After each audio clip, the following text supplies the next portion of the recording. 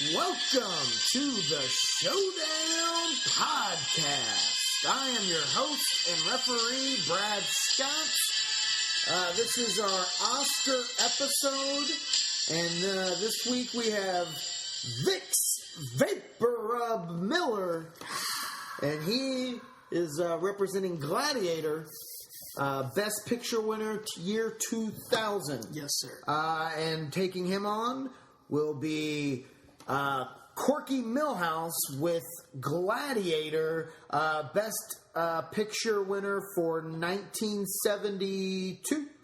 But wait, that's not my name. Oh, excuse me, I'm sorry. What is your name? My name is... It doesn't matter what your name is, Corey Miller. He will be representing Godfather. It's a big episode. These are two cinema classics. Heading head to head. So Never before have they gone against each other. And this is the only place you'll find these type of battles is on the Showdown. The Showdown Podcast. On iTunes and Stitcher or wherever you're listening now. Or Spreaker. So, or YouTube. Vic, you are the current defending champion. And I am. Why don't you get us started? So let's talk a little bit about Gladiator.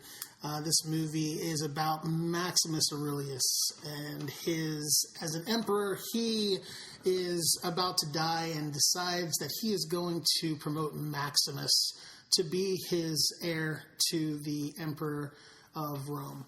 He has a legitimate son that he does not trust to put into that position, so he plots to make Joaquin Phoenix. Yes. The great and talented Joaquin Phoenix. And crazy. Insane. In the membrane. Who then kills his father and has our favorite actor, Russell Crowe, sentenced to death along with his family, which he tells them to ride until dawn and kill him, and he takes out 12 different guys in short form and proceeds to head for home to save his family, who he finds dead, his slaves possibly, or workers dead. They burned him. Goes crazy. It looked like the scene from Star Wars. Yeah, they burned him up there. Yeah, that was. I remember thinking, like, that's pretty gruesome. It's kind of rough. Hey, these ran guys the kid down on a horse. Ran the kid down on a horse, killed the wife. These guys got some trouble headed their way. So Maximus basically, in his grief, passes out and gets captured by a gladiator enslavers, who they take him and train him to become a gladiator. He fights his way through the ranks and becomes the superstar of the gladius, and ends up back in Rome, where he meets up with Joaquin Phoenix again, who's now the emperor of Rome. And when Joaquin figures out who he is, wants him dead because he knows that he is going to lose his power if they figure out who he is. They could have called this movie Roman Liam Neeson. Roman Taken. It's possible. So, except his wife and his kid didn't die. So. And there was no cell phone, so he couldn't say, I've got a set of skills, or something like that. I can use a cestus better than anyone. Yeah, something like that. That's a sword, by the way. Just so you know. Okay. And so he eventually pisses off the emperor to the point where he has to fight the gladiator, which does not seem like a smart thing to do against Russell Crowe in a pit. But beforehand, he takes the coward's way out and stabs him in the chest to try to slow him down, and still ends up having his ass handed to him. And Maximus basically takes control of the Roman Empire for all of 10 seconds before he finally succumbs to his wounds and dies, but not before ordering that the Roman people take their lives back and make better of themselves. So. It's time for one of my world-famous limited terrible impressions. This movie gives us one of the greatest speeches in movie history, which is where Russell Crowe finally reveals himself to Joaquin Phoenix. And takes his helmet off and, "My name is Maximus Decimus Meridius, commander of the armies of the north, general of the Felix legions, and loyal servant to the true emperor Marcus Aurelius, father to a murdered son, husband to a murdered wife. and I will have my vengeance in this life or the next. One of the greatest speeches. Most This is Sparta. And that definitely was not. limited, terrible Russell Crowe by Brad Scott.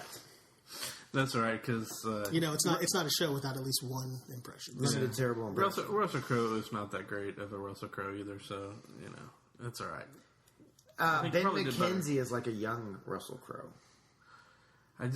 So, what would you say the most memorable line from your movie is? From Godfather. Yeah, the horror that is. The horror that is. Let's see. There's so many. I could probably go with. Well, it'd have to be at the wedding, and he says, "Shit." Now you put me on the spot. I can't think of it. Fuck it. But it's not like he had that memorized either. No one asked us. No one said you had to have it memorized. Yeah, but I mean, I was just saying, there had to have been something. Yeah, there's always memorable quotes in here. Let's see. Pause. Did you ever think about maybe making an offer on some quotes? See, Can't be refused. yeah, exactly. See, now you put me on the spot, and I couldn't think of it. It's like the people that say they were on Jeopardy. I was on the spot. I couldn't think of the answer. That's They're on exactly what Jeopardy. They knew they were going to be in a spot. What's the problem? But anyway, he made me an offer I couldn't refuse. There you go. Well, And I think that line is probably more memorable than anything said in Gladiator. let's hear about this Godfather you speak of. All right, The Godfather is about a film. It's a film about Vito Corleone, played by Marlon Brando, who is about to step down and pass on his family, his mafia family, onto his son Michael, played by Al Pacino. And Hoo-ah! That was limited, terrible Al Pacino. yeah. That's From Raging Bull, not this movie, by the way. Just so we got that straight. That's the only Pacino I Say can. hello to my little friend. We're going to go through all of them. We should do a Pacino soundboard. That's just Brad doing it. Hoo-ah! Hoo-ah. But anyhow, That's dice, baby. what's that one from? Is that Casino? Or did you make that up? I think I made that You're up. never getting to your plot. Anyhow, So Al Pacino's walking around saying "hoo-ah" and talking about. I dice. wish he would. That would. That's awesome. the whole movie. Anyway, we follow Michael and his rise to. I shouldn't say the rise to the top, but as he changes from being just out of the army into taking over the family business of waste management, as they would say in The I Sopranos. think it was the Marines, by the way. We're going to have a lot of Marines real pissed off at you about that. Sorry about that. And then of course Vito stepping down, and of course there's random family fights, and when I say family, I mean mafia families fighting and shooting and killing. And one thing that I always thought was kind of cool is the oranges.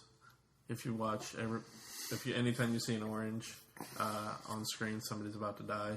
And it happens throughout the whole thing. So, and the one memorable scene to the horse's head in the bed. That would suck if you thought that like you were going to be part of the sequels, and then you show up and it's just like you and Pacino in the scene, Right. and there's just fucking baskets of oranges all over, and you're like, God damn! And they're like, you reach in your bag and pull out what's in it. An orange. Oh, crap. The whole room is painted orange. But yeah, that's so. This film actually spawned 2 sequels. The third of which we won't speak of. The second of which no one wants to watch anyway. You did. The second one was not that bad. The only reason why anyone watched the second one was because it was a second one and they felt obligated. Well, they asked Francis Ford Coppola why he made the third film, why he felt he had to make the film, and you know what his response was? Because it's a badass film. No, because they made him an offer he couldn't refuse.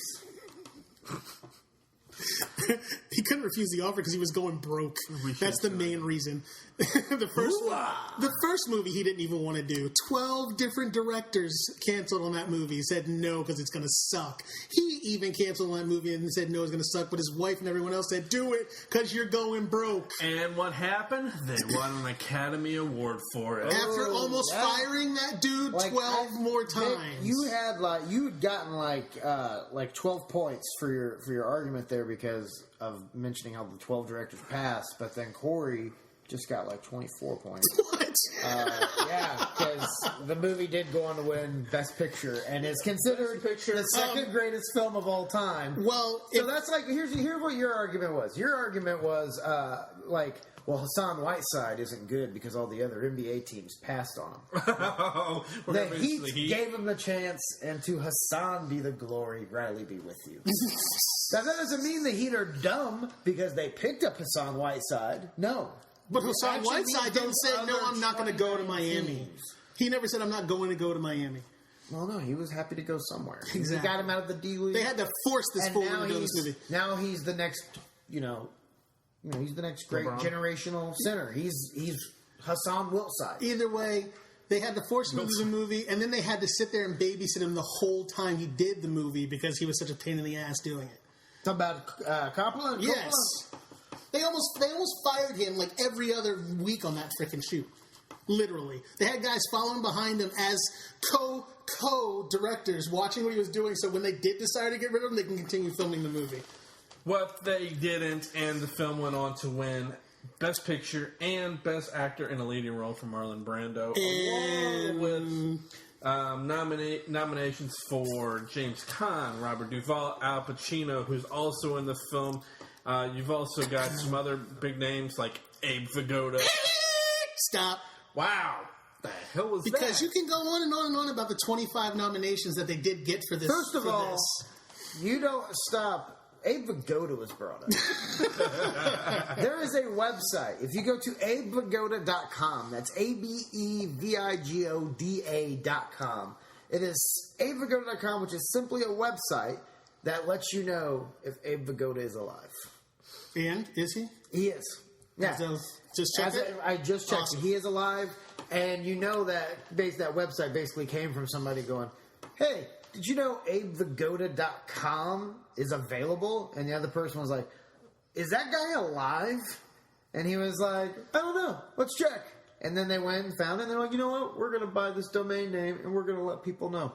And there's also a song called Abe Vigoda is Dead that has a link on the website. It's a pre-mortem mix. So it's pre-mortem mix. I really wish I would have thought of there's a ton of things we would have wished we had gotten ahead of time, but we didn't. Like Microsoft.com. So as you're going on about your 25 nominations, and there were 25, I counted them. Actually, there's 26, I'm sorry. One of them got revoked. You got revoked one? Yeah, they revoked one. I had 119 nominations for my movie.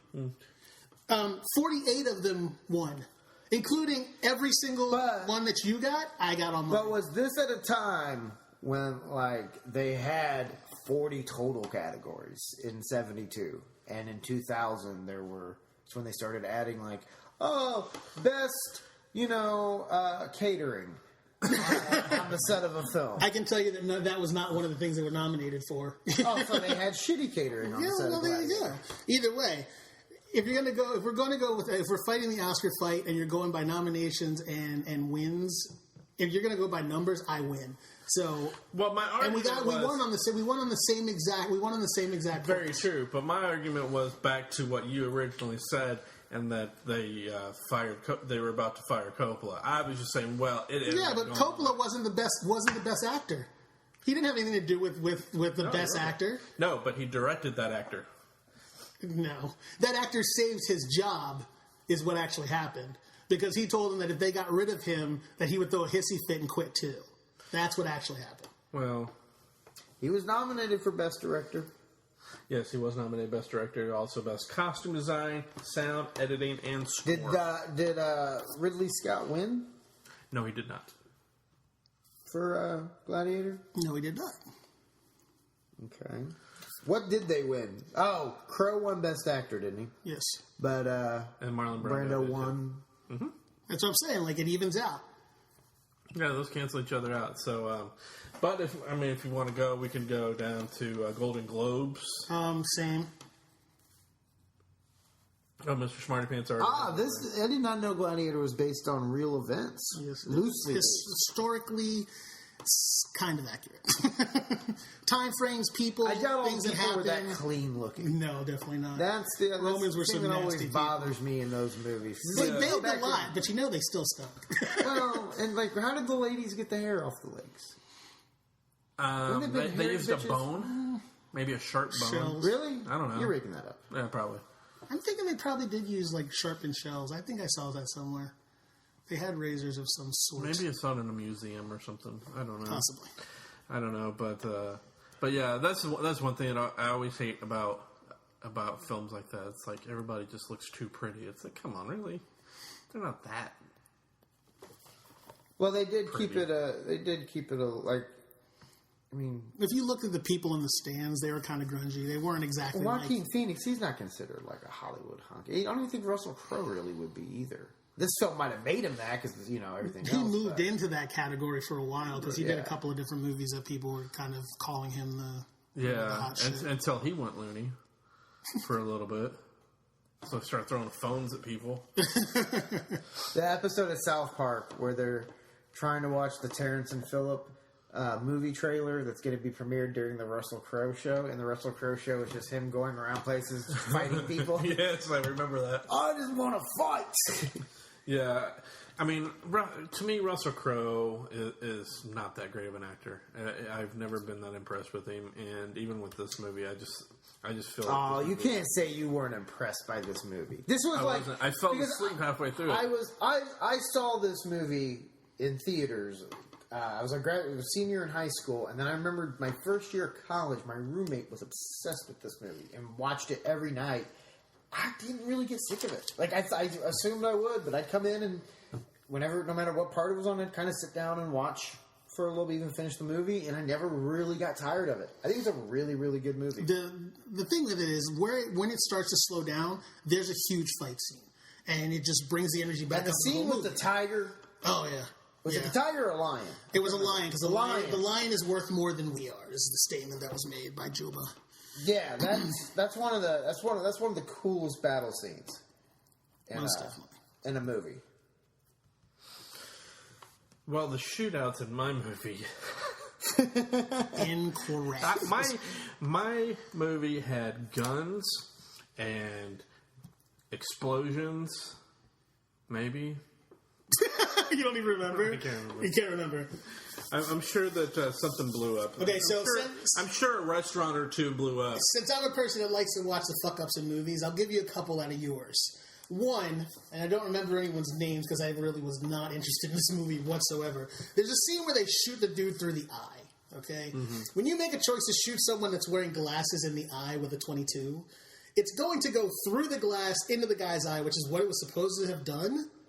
Yet, when they show the next scene, the glasses are laying on the ground and there's just a crack. Which the scene before went right through the eye. Let's talk about when they shoot out the toll booth. They blast the toll booth out. Yeah. That whole thing. Like, there's nothing right with that picture at all. You can tell that what they did was they filmed it from a couple different angles and just literally shot out the thing from the inside using whatever they used, because ballistics of a bullet, it goes in, it makes a little hole, it makes a big hole coming out the other side. Nope.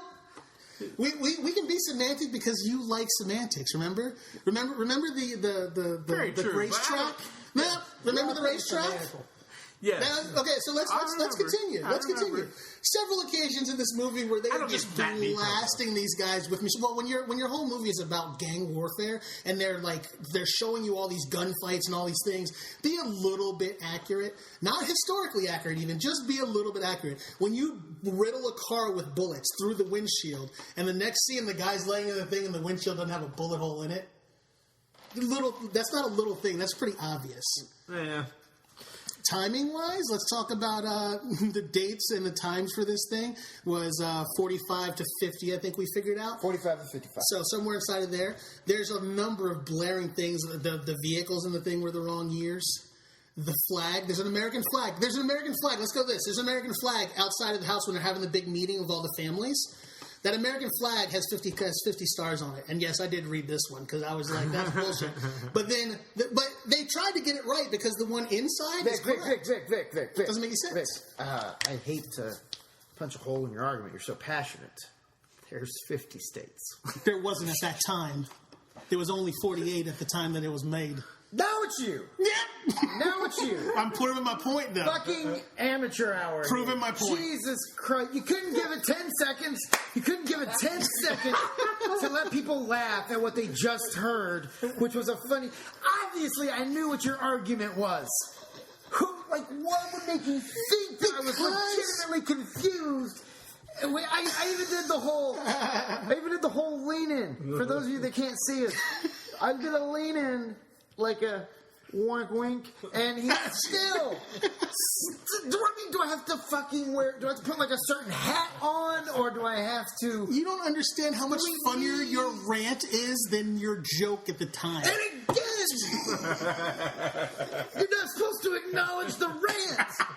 Just let the rant be the rant. Just shut up. So, you're like, oh, Corey's done a great job of letting jokes develop and letting them go. There's somebody needs to fuck him up. Why let Brad have his moment now? We've already succumbed him and made him a fucking referee. So why? Let's take away all of his moments. I have learned from my prior mistakes. Either of you got anything else to say about your goddamn movies? I just want to say that the budget for my film was $6 million. Thank you, Lord. The budget was $6 million. It's like the total gross, $134 million. It's made $128 million overall. And Gladiator, the budget was $103 million, so a lot more. And they've only made $84 million. You're wrong. That's not You're wrong. That's according to IMDb. You're wrong. Because your movie made $245 million total overall. Completely. U.S. it made $134 million, and non-U.S. it made $110 million. So your overall number is incorrect. Your budget number is correct. However, mine made $457 million overall. I don't know where you're beating yours. IMDb. I don't. On a budget of 103. So he still, percentage-wise, is better. He's had longer. His movie's been out longer. Made more money. It's been out longer, and that's including his video sales. Oh, okay. Now I'm talking totals. But I mean, $6 million budget, it makes $240 something. Yeah, that's like. I don't see where you're. That's like.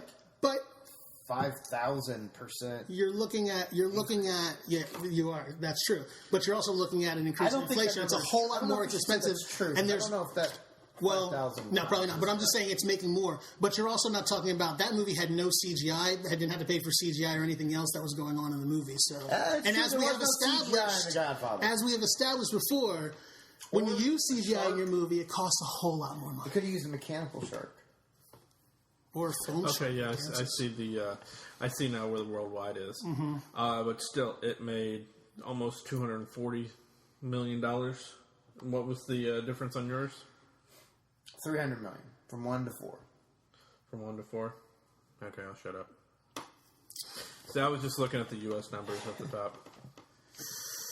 Let's just delete that last. That doesn't end up in this. Yeah, yeah, that's going to mysteriously disappear. Vic, what about you? Well, I stand on my laurels. What was your freshness rating on? I don't know. I don't look at that because that's so biased anyway. Is it really now? Yeah, but we can look at it. I'll look at it. Hold on a minute. Do you have it up already? It actually tells you on IMDb. Does it? Mm-hmm. Where? I think it's under. Well, I can tell you the IMDb rating is a 9.2. It has a 100% fresh rating on Rotten Tomatoes. The Godfather. Okay. And Gladiator. Gladiator has an 8.5 rating on IMDb. Has a 76%. Yeah. Thank you for setting that up for me. I gave you the. Wow, I was helping you out. I helped you on the you were feeling bad, so I figured I'd help you out. You look really dejected at your number screw up. I will say one last thing is... especially after you just said, we're not going to look at that because Rotten Tomatoes sucks. My cast was I had a much rounded cast than yours. I mean, there's only 5 people on this cast of Gladiator that I know who they are. There's about half a dozen, or there's close to probably... Did you really... Think about what you just said. Yep. You just said there's only 5 people in your movie that I recognize, there's about a half a dozen. I know what I said. Which is 6. It's commercial time. All right, gang. Let you know where you can catch up with all of your favorite members of the Showdown podcast. Let's start with Vic. Where can we find you at? You can find me on Xbox at Black and Angry. That's BLAQ and Angry. Instagram and Twitter at MillerKing51. And that's it for me. Corey, where can we find you at? You can find me on Twitter at NKOGonzo, as well as Instagram and Letterboxd, where I review movies and as well as give them stars, give them my thoughts. So check it out. You can find my top 100 list on there as well, too. All right, and you can find the show on Twitter at The Showdown Pod, and on YouTube you can actually get our episodes. So, for some reason you'd like to listen to something with no picture on YouTube, Actually, you get to watch our logo. Okay. For the entire hour. That seems entertaining. Yeah. And also, we are on Facebook, The Showdown Podcast. Click like. We don't pay for advertising, so we're not going to bombard your page. I am on Twitter and Instagram at Indie Brad Scott. On Facebook, Comedian Brad Scott. You can catch me March 7th. I'll be headlining the Downtown Comedy Connection in South Bend, Indiana. Real quick, I want to tell a quick story. This last weekend, I got to open up for Dave Coulier, who you may remember from the voice of Animal from the Muppet Babies. He was Bill Murray's character, Peter Venkman, on the Ghostbusters, the real Ghostbusters cartoon. And there's a little small show he was a part of that most people aren't familiar with called Full House. And he was Joey Gladstone. And it was one of my favorite shows growing up as a kid. And my daughter, after about the age of 2, started watching it on Nick at Night. And we bought some of the DVDs. And it became one of her favorite shows. And Joey quickly became one of her favorite characters because he was a comedian like I am. And just way more successful, even on the show. And did he ever do? He did Star Search. He was doing clubs a lot at the beginning, and then they focused more on him becoming the radio DJ with Jesse. Oh, okay. I was about to say I don't ever remember him actually doing gigs. Yeah, he would. Yeah, he would do, and then they kind of write it in, like it'd be mentioned in passing. And then he also had the episode where he dated, was it Maria Bamford, maybe? Or someone like her. He dated the girl that was the female comic that rips on the family, and they don't know how to take it because they're not used to being around comedians. But anyways, it's probably after I stopped watching. Yeah, this is a complete detour of a very touching, lovely story. Sorry. Dave Coulier, I got to open for him. My daughter has had a little bit of a rough time since about October. Her mom hasn't been around. And she's only seen her for a couple hours since October. So my daughter's been really handling it very well. Doesn't get in trouble at school. Still getting good, marks on her homework. And doesn't get into trouble at all. So I asked my comedy club, my home club, Crackers, best comedy club in Indianapolis, best place to see stand-up comedy in Indianapolis, if I could arrange for, an autograph for my daughter. I was supposed to be working the other club, the Downtown Club. Not only did they switch me to the Broad Ripple Club to open up for Dave, Ruth Ann, our owner, also arranged for my daughter to not only get an autograph, but to actually meet Dave for herself in person. And I don't cry. I'm not a very emotional person unless I'm, really sloppily drunk, and then I'll cry about just about anything. I love March of the Penguins. But that was as close as it's going to get for me. I got so choked up when my daughter went into the room. Dave is one of the nicest people I've ever met in this business, and he had done media all day. He just flown in that morning. It was 10 minutes before the show was about to start, and he had absolutely no problem taking all 10 minutes to meet with my daughter, give her a hug, sign an autograph for her. He gave me a T-shirt to give to her, and literally when I was trying to get her out of the green room, he asked her to stay a few more minutes and asked her more questions about her school and everything else. And my daughter's so adorable. When she was in there, she was calling him sir at first, and he was like, no, he's calling me Dave. And she was like, okay, Dave. She's like, I'm a big fan of Full House. And then right before we left, she said, Dave, if I had a piece of paper and if I had a pen, I would ask for your autograph. And he immediately, oh, let me get you something to sign. No, we'll make sure you get an autograph and everything else. And then when her and my girlfriend and I, when we walked out of the green room, my daughter's going, this is the best night ever. My girlfriend said when they went outside Crackers back onto the street, my daughter was going up to everybody on College Avenue going, I just met Joey from Full House. His real name is Dave. He's famous. Here's his autograph. And he took pictures with her. He took pictures with the entire staff. So from here on out, whenever anyone asks me who my favorite comedian is, without hesitation, the answer will be Dave Coulier. And he's a great act on stage as well. Very, very funny. Very, very legit. So that's just, I wanted to share that. I'm sorry if it was a little sappy and syrupy, if you lost interest, but it was a very cool thing. And people like to downgrade people. Like, we don't feel like celebrities are real people. We feel it's our place just to say vile, evil, terrible things about these people. But I guarantee you, most of the people that do that, when they meet these people in real life, it's not, oh, he's a washed-up has-been. Because it kind of becomes a reality that you realize, well, you never was. So just think about that. Just be nice to people. Be nice. And that's what Dave Coulier was. He was just nice. Very cool. All right, and here we go. Back to the show. The results are in. All right. It was about to be a real fight meeting. I have tallied up the meaningless points. And do you guys want the result first with the explanation, or a quick explanation and then the result? Oh, it doesn't matter. Just hit us with it. Yeah, hit us with it. Okay, we'll go. I'm going to go ahead and say I could look over this week's winner is Corky Millhouse with The Godfather. Here's why.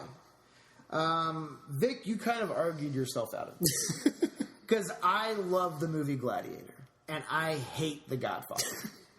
But the biggest thing was because you didn't take advantage of one key thing, which is when Corey was either making a sleeping sound or when he was basically down talking any of your points. At some point in time, I can't believe you never said, "Are you not entertained? Are you not entertained? Is this not why you're here?" I would have begun chanting, "Spaniard, Spaniard, Spaniard," and you didn't do it. Wow! Not to mention the whole. There was a lot of different things that Corey kind of had your number with the argument. Yep, and just like Joaquin did in Gladiator, I give you a thumbs down. It didn't work for him, though, so it's a bad reference, Well, just so you know. I know. It's the only one that I could pull from there. So this week's winner is The Godfather, represented by Corky Millhouse. Yeah. And do you have the, it's our Oscar episode. Let's get some Oscar picks in. Do you have the categories pulled up? It is our Oscar episode, and therefore we are going to, we're going to make our predictions. We're going to predict the interesting categories, the ones that people care about. We're not going to do like cinematography or director of photography, all that bullshit. We're doing the meat. So you have the categories pulled up there? I do. All right. Let's... All right, here. Yeah. All right, here's what we got for Best Picture. Well, we were going to start with Best Picture? Do you want to start? Should we build to Best Picture? Okay, That should be the last prediction, right? Yeah, we can hold off here. Let's see. They don't do that at 8 o'clock, Corky. Yeah, do you want to do directing? Let's start with directing. All right, directors. So, all right, so we give us have the nominees. We have. I'm not gonna. I'll just. Okay. Alejandro something or other for Birdman, which actually, if you didn't know, it's Birdman or the Unexpected Virtue of Ignorance is the full title. Richard Linklater with Boyhood, Bennett Miller with Foxcatcher, Wes Anderson, Grand Budapest Hotel, and The Imitation Game's Morton Tildum. All right, I'm going to go... Oh, I'm going to wait for Vic. Vic looks like he passed to you, so Brad, you go first. I'm going to go with the guy that directed Birdman, because Okay. it's the only movie I've really heard of in that category. And Okay. I'm going to go with the director of Childhood. You're going with Linklater. Yeah, Linklater. It's Boyhood. Boyhood. But I know what you're talking about. Okay, and Wow, this is interesting. I want to say Wes Anderson because Grand Budapest was in my top 10, but I don't think he's going to get it. I'm going to have to go with, Inarritu for Birdman. Birdman. I'm going to. You had such great things to say about Grand Budapest, though. I did, but I don't think Wes Anderson's going to get it, and I doubt Grand Budapest will even get Best Picture. All right, let's move on to Best Actress. Actress, you want to do Ladies actress? first. Let me find it here. Here it is. Oh wait, that's supporting actress. Let's do supporting actress first. No, we're gonna do the supporting. Yeah, Good. Well- Just supporting. yeah. They're not important. We have Patricia Arquette in Boyhood, Laura Dern in Wild, Keira Knightley in The Imitation Game, Emma Stone in Birdman, and Meryl Streep Into the Woods. You know who he's picking. What was the first one? Patricia Arquette, Boyhood. Is Patricia Arquette? Is that the chick from Home Improvement? No, that is Patricia Heaton. No, Yeah, you're right. What was Patricia Arquette is the one from... she was in Medium. Yeah. Okay, and then who She's else? the less known Arquette And then who sister. else? Laura Dern. Which I would know from. It's Bruce Dern's daughter. I know that. Yeah, I really Who would I know Bruce Dern from? Okay, wait, Jurassic Park would have been maybe a better option to say. Yeah, especially for him. Yeah. And then Keira Knightley. How do you spell that? Oh wait, here we go. Emma Stone.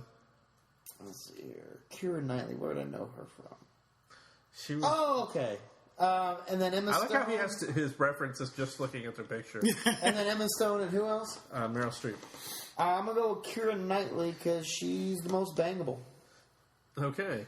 Yep, that's about the only one. Emma Stone. She's not even, Over I Emma don't Stone? think Emma. Really? Emma Stone to me looks like she kind of has she's like a Muppet in a way. That's actually kind of funny. You know I've heard what I'm someone say saying? that Yeah. before. I've actually heard someone say that before. And she always looks like she would have saliva building up in the corners of her mouth. Just I'm speechless. yeah. That's what I hear every time I see her talk. Just because the way she looks when she talks. I'm gonna say Meryl Streep because this shit's rigged.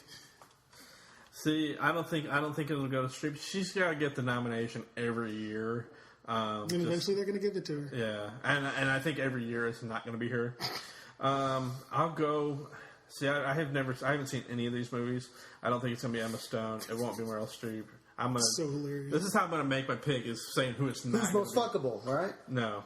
Oh. I'm going to go. I don't even know what Wild is. I'll go with Patricia you're the fuckable. Arquette. I'm the cynic. He's the what? The true believer. Yeah, I don't know. I'm going with Patricia Arquette. All right, what's next? All right, we're going Supporting actor, right? supporting actor.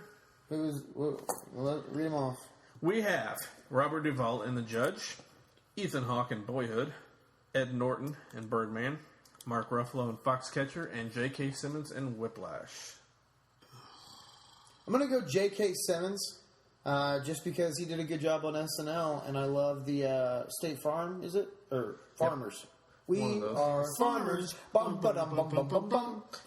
And I won't vote for anything for that Judge movie, because that looked like the worst piece of shit ever. Like, how much of a Hollywood cliche was that movie? Robert Downey Jr. is the tough-nosed, slick-talking lawyer whose dad is the conservative, hard-nosed judge. Fridays on ABC.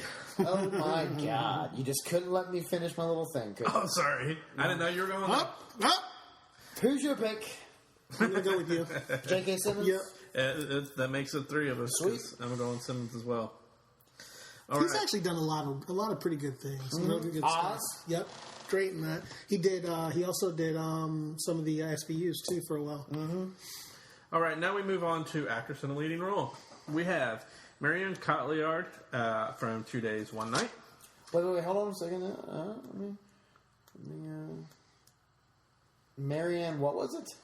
Cotillard. Wait, how do you spell the Marianne? It's Marion. Like Marion, Indiana. Marion. Oh, okay. And then C. COT. Cotillard? Yeah. Let's see. Cute. That's how all his picks are going to be. I have to go with him. It's not a bad idea. Who's the next nomination? Felicity Jones in Theory of Everything. Felicity Jones. Looks like cottage cheese is in the lead. Go ahead. Rosamund Pike from Gone Girl. What is it? Rosamund Pike. Rosamund? She was also in... You got me. The World's End. She's hotter, but looks way cuntier. She's British. Yeah. So that explains it. Reese Witherspoon for Wild. Okay, and Julianne Moore for Still Alice. But Julianne Moore is that's going the one with she was Gone in. You're going with Rosamund Pike. Yep. All right. I'm going with Damian Lillard. Damian Lillard. Let's see who I'm going to go with. I'm going to go with. I'll go with. God, I hated Gone Girl. I'm not picking that movie. I thought that movie was horrible. Felicity Jones. So we all pick somebody different. I thought the movie was horrible. How did she do in it? That's not what you're choosing. They're not picking the movie. You're picking the actors. Yeah, but I don't think that she was Oscar worthy. All right. Actor in a leading role. We have Steve Carell, Foxcatcher. Do you want time to look these guys Best up? actor? Yeah. Are you judging? I already know it's Steve Carell. You doing the guys for fuckability too? No. With the guys, I'm going to use based on their merit of their work because they're men. Of course. So continue. Okay. Bradley Cooper in American Sniper. Will not vote anything for that movie because that is a. You know what? Go ahead. Go ahead. I really want to hear the rest of this. I know. I did too. I want to see where you go. We'll lose a lot of people. The 12 that we have will quickly We'll go to there'll be like the only 6 that agree with me. You got Benedict Cumberbatch in The Imitation Game, Michael Keaton in Birdman, and Eddie Redmayne in Theory of Everything. I'm not betting against Batman. So you're going with Michael Keaton.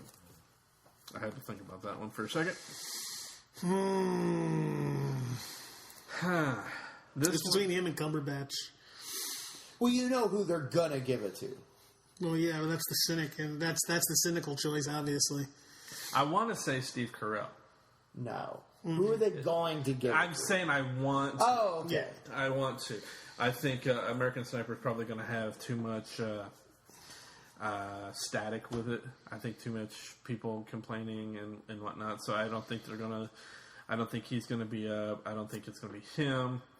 Birdman could, but that's more of not a big budget movie. So I think it's going to kind of be stepped down a little bit. Oh, really? Yeah, because like those huge blockbusters like The Artist that won Best Picture 2 years ago that didn't even have sound. Yeah, that's true. I didn't think about that. I'm going to go. I'm going to go with Sherlock. Benedict Cumberbatch. All right. Now we on to the Big Daddy? Yep. I'm saying. You're going the same? Yep. That's what I meant. That's Vic's the Big Daddy.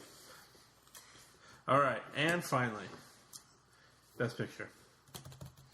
American Sniper, Birdman, Boyhood, Grand Budapest, Imitation Game, Selma, Theory of Everything, and Whiplash. Brad? Birdman.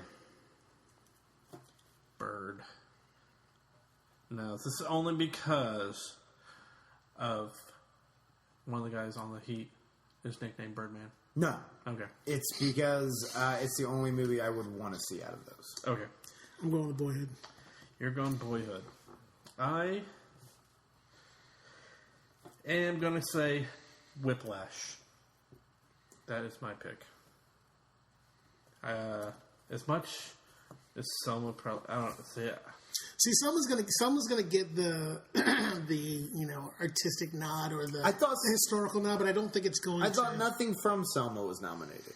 That's Wasn't the there only the thing. big rip? Yeah, that's the big thing is that director wasn't. There was no actors nominated. It was just the movie. The movie itself. itself.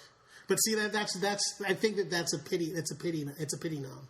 Yeah. I don't think it was like they actually, like it may show up another time for something else, but I just don't think that the Oscars They might give it to it. Well, at the same time, Hey, at the same time, cops shoot another unarmed black kid. The Selma's gonna win best. at the same time, though, American Sniper was nominated, but Clint Eastwood wasn't.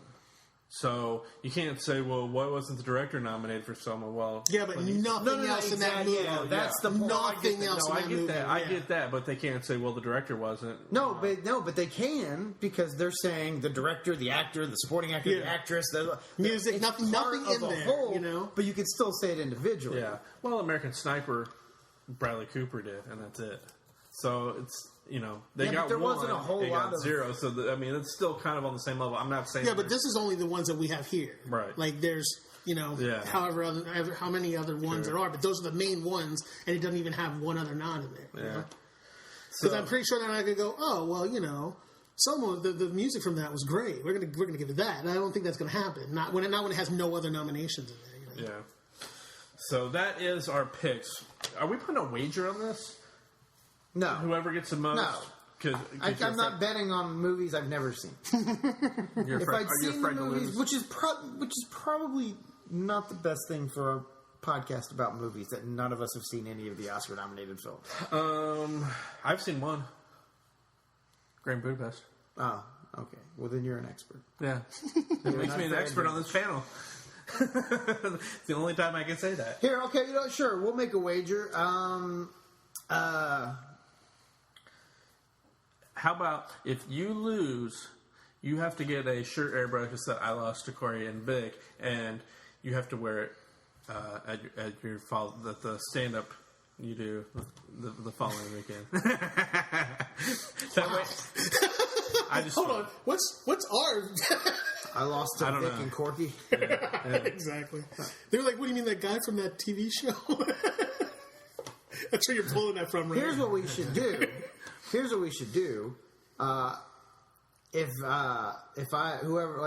you lose, you have to post a picture of yourself on social media wearing something like Heat gear. And if I lose, I have to wear Pacer gear.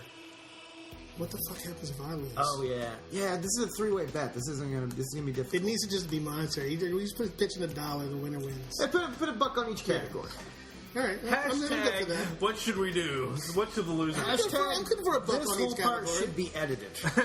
I'm good for $1 on each category, and then just edit the whole thing out until you put $1 on each category. All right. Okay. All right. Well. Are you not entertained? Are you not entertained? Is this not why you are here?